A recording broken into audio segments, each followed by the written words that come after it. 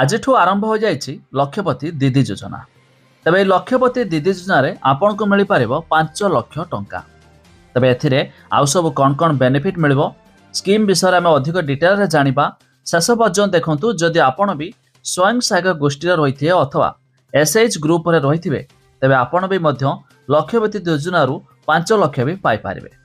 ଜାଣିବା ଅପଡେଟ୍ ତା ପୂର୍ବରୁ ଭିଡ଼ିଓକୁ ଲାଇକ୍ କରନ୍ତୁ। ସବସ୍କ୍ରାଇବ୍ କରିନଥିଲେ ଏବେ ସବସ୍କ୍ରାଇବ୍ କରି ପାଖରେ ଥିବା ଘଣ୍ଟି ଚିହ୍ନକୁ ଦବାଇ ଦିଅନ୍ତୁ। ଦେଖନ୍ତୁ, ସଶକ୍ତ ହେବେ ମହିଳା। ଆଜିଠୁ ପ୍ରତ୍ୟେକ ଜିଲ୍ଲାର ଆରମ୍ଭ ହେଉଛି ଲକ୍ଷପତି ଦିଦି କର୍ମଶାଳା। ତେବେ ଉପମୁଖ୍ୟମନ୍ତ୍ରୀ ପ୍ରଭାତୀ ପରିଡ଼ାଙ୍କ ନିର୍ଦ୍ଦେଶ କ୍ରମେ ଆଜିଠୁ ଆରମ୍ଭ ହୋଇଛି ଲକ୍ଷପତି ଦିଦି କର୍ମଶାଳା। ରାଜ୍ୟର ସବୁ ଜିଲ୍ଲାରେ ଏହି କର୍ମଶାଳା ଆରମ୍ଭ ହେବ।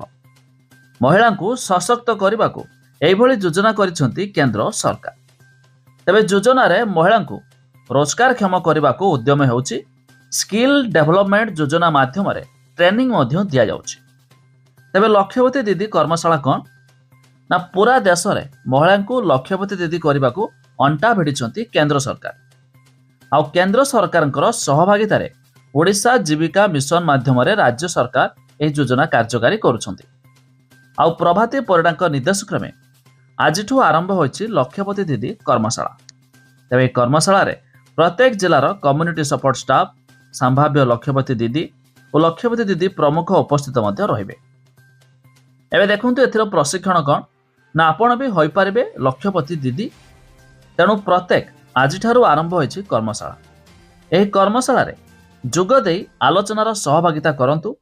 କମ୍ୟୁନିଟି ସପୋର୍ଟ ମାନେ ତୃଣମୂଳ ସ୍ତରରେ କେଉଁଭଳି ଅଧିକରୁ ଅଧିକ ଲକ୍ଷପତି ଦିଦି ସୃଷ୍ଟି ପାଇଁ ଉପଯୁକ୍ତ ପ୍ରଶିକ୍ଷଣ ଦେବେ, ସେ ନେଇ ମଧ୍ୟ କର୍ମଶାଳାର ଆଲୋଚନା କରାଯିବ। ଏହାଛଡ଼ା ଯେଉଁ ମହିଳାମାନେ ଲକ୍ଷପତି ଦିଦି ହୋଇସାରିଛନ୍ତି, ସେମାନେ ଏହି କର୍ମଶାଳାରେ ପ୍ରେରଣାଦାୟୀ ଆଲୋଚନାରେ ଭାଗ ନେବା ସହ ଅନ୍ୟଙ୍କୁ ଉତ୍ସାହିତ କରିବେ। ତେବେ ବ୍ୟବସାୟ ବଢ଼ାଇବା ପାଇଁ ବିନା ସୁଧରେ 5 ଲକ୍ଷ ଟଙ୍କା ଯାଏ ଋଣ ମଧ୍ୟ ଦିଆଯାଉଛି। ତେବେ 2027 ସୁଦ୍ଧା ଓଡ଼ିଶାରେ 25 ଲକ୍ଷ ଲକ୍ଷପତି ଦିଦି ସୃଷ୍ଟି କରିବାକୁ ଲକ୍ଷ୍ୟ ରଖିଛନ୍ତି ରାଜ୍ୟ ସରକାର।